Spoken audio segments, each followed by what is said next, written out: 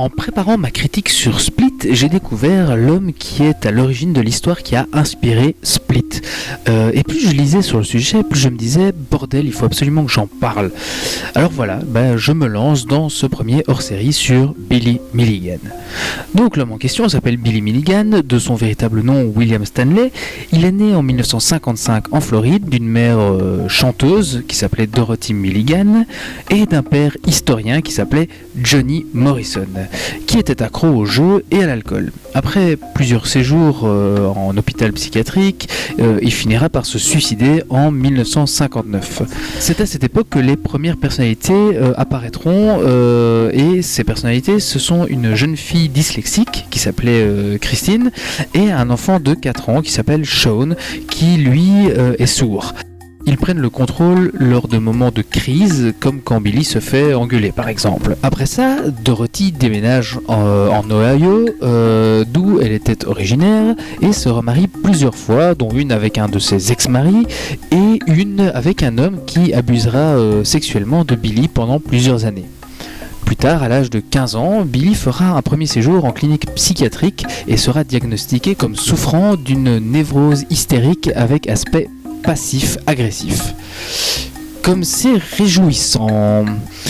Moins d'un an plus tard, il fera sa première tentative de suicide, et c'est là que ça commence à devenir vraiment intéressant, parce que aucune de ces tentatives n'aboutira, forcément, sinon il n'y aurait pas eu d'histoire, et ce parce que certaines de ses personnalités dominantes le protègent de lui-même et de faire quelque chose qu'il pourrait regretter. Il souffre de troubles dissociatifs de l'identité, et ce trouble est présent depuis son plus jeune âge, au début simplement par des petites amnésies, et ce en fait depuis l'âge de 4 ans, époque du suicide de son père. Mais je reviendrai sur les personnalités plus tard, car ce qui est fascinant, c'est que c'est bien plus qu'un simple dédoublement de personnalité, cas qui est, si pas courant, classique. Mais ici, Billy possède 24 personnalités, vraiment différentes, et encore plus fort, ces différentes personnalités interagissent entre elles. Premièrement, elles ont établi une sorte de code qui est ne pas dire de mensonges, protéger les femmes et les enfants, rester chaste, rester active intellectuellement en ayant de nombreux centres d'intérêt et en se spécialisant dans certaines disciplines, et surtout ne rien voler aux autres personnalités. Malheureusement, toutes les personnalités ne se plient pas forcément à ces règles, et en 1977, Billy est arrêté pour avoir kidnappé et violé 3 jeunes filles sur un campus de l'Ohio. Elles témoigneront plus tard que Billy semblait agir comme un enfant de 3 ans. Mais en réalité, Billy est presque soulagé d'être arrêté par la police et considère cela comme une libération après des années de lutte contre lui-même. Il passera ensuite 11 années en suivant des traitements et en étant analysé, psychanalysé, observé, étudié et plein d'autres mots finissant par la lettre E. C'est à cette époque que toute la complexité de Billy se révèle aux psychiatres puis au monde entier. Il est donc temps pour moi de vous parler de ces différentes personnalités. Elles sont classées en 2 groupes. Premier groupe, on les appelle les 10, composés donc de 10 personnalités jugées non indésirables par les 2 personnalités les plus fortes de Billy. Ce sont les premières à avoir été identifiées par les psychologues. Numéro 1, Billy. Oui, quand même, ça reste lui le boss. Numéro 2, Arthur. Arthur est un Anglais avec un très fort accent et est très instruit. Il parle arabe, est spécialisé en sciences et en médecine. C'est lui qui prend le dessus quand Billy a besoin de réfléchir. Il est l'une des 2 personnalités qui est capable de classifier les autres. 3. Reagan, je ne sais pas comment on le dit. Il serait slave et parle d'ailleurs le serbo-croate. Il est particulièrement fort, maîtrise les arts du combat, expert en armes.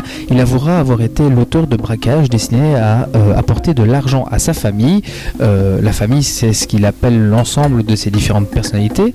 Cependant, il n'était pas au courant des viols. Il est l'autre personnalité capable de classifier les autres. Son rôle est de contenir la violence de Billy. Son nom est d'ailleurs basé sur les mots Rage Again. Numéro 4, Adalana.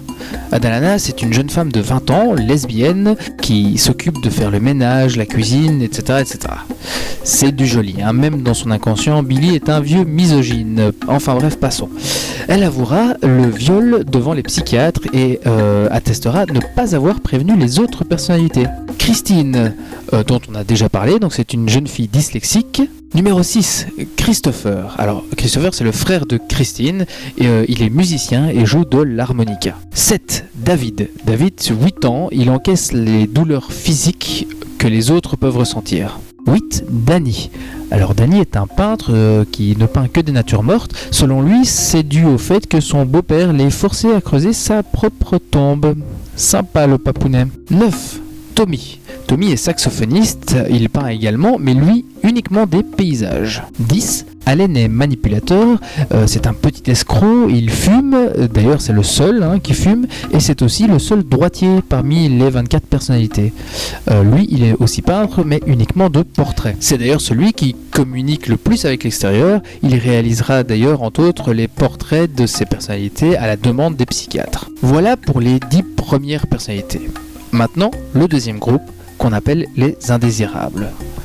Ce sont des personnalités muselées car elles ont à un moment donné outrepassé les règles. Bon alors visiblement même le groupe des 10 à un moment donné elles en ont un peu rien à foutre des règles, mais bon passons. Numéro 11, Timothy, il travaille chez un fleuriste et c'est tout. Mais c'est assez intéressant de voir qu'une de ces personnalités peut décider, enfin en tout cas peut avoir une vie sociale et avoir un métier. Numéro 12, Martin, c'est un New-Yorkais, c'est quelqu'un de très prétentieux qui estime que tout lui est dû et qui n'a pour ça besoin de faire aucun effort. C'est d'ailleurs pour ça qu'il a été mis dans les indésirables. Numéro 13, Sean, également déjà évoqué précédemment, il a 4 ans, il est sourd et il est déclaré indésirable par les autres personnalités, par les 10, car il est inutile pour l'hôte de par sa surdité. 14, Bobby. Bobby est rêveur et sans ambition. Numéro 15, Jason. Initialement utilisé pour relâcher la pression, il a fini par attirer trop de problèmes. 16, Lee. Alors Lee, c'est le blagueur de la famille, mais ses blagues vont parfois un peu trop loin. 17, Steve. Steve ne fait que des imitations et n'accepte pas de n'être que l'une des personnalités. Donc c'est une personnalité mais qui n'a pas de personnalité propre en soi. 18, Mark. L'homme a tout faire, mais uniquement quand on lui en donne l'ordre. Surnommé le zombie, il fixe les murs en attendant un ordre de l'une des autres personnalités. Numéro 19, Samuel. Samuel, de confession juive et unique personnalité à croire en Dieu, considéré comme un indésirable car il a volé des peintures appartenant aux autres personnalités dans le but de les vendre. 20, April. Elle ne pense qu'à tuer son beau-père et elle a bien failli convaincre Reagan de le faire à sa place, mais elle a été stoppée à temps par une des autres personnalités plus sensées. 21, Walter. Walter est un Australien, chasseur de gros gibier, classé indésirable après avoir tué un corbeau de façon assez violente et brutale. Numéro 22, Kevin. Kevin est un délinquant qui a participé à plusieurs braquages. Numéro 23, Phil. Criminel avec un accent de Brooklyn, classé parmi les indésirables à cause de ses différents crimes. Et voilà pour la deuxième catégorie. Et là, vous venez de faire le compte et vous dites qu'il n'y en a pas 24 et que donc il en manque un. Eh bien oui, mais ce dernier est hors catégorie. En effet, ce dernier personnage est né après des années de traitement et il est la synthèse de toutes les personnalités regroupées en une. Appelé le professeur, les psys ont été unanimes sur le fait qu'ils n'avaient jamais rencontré de personne aussi intelligente. Bah oui, tu m'étonnes.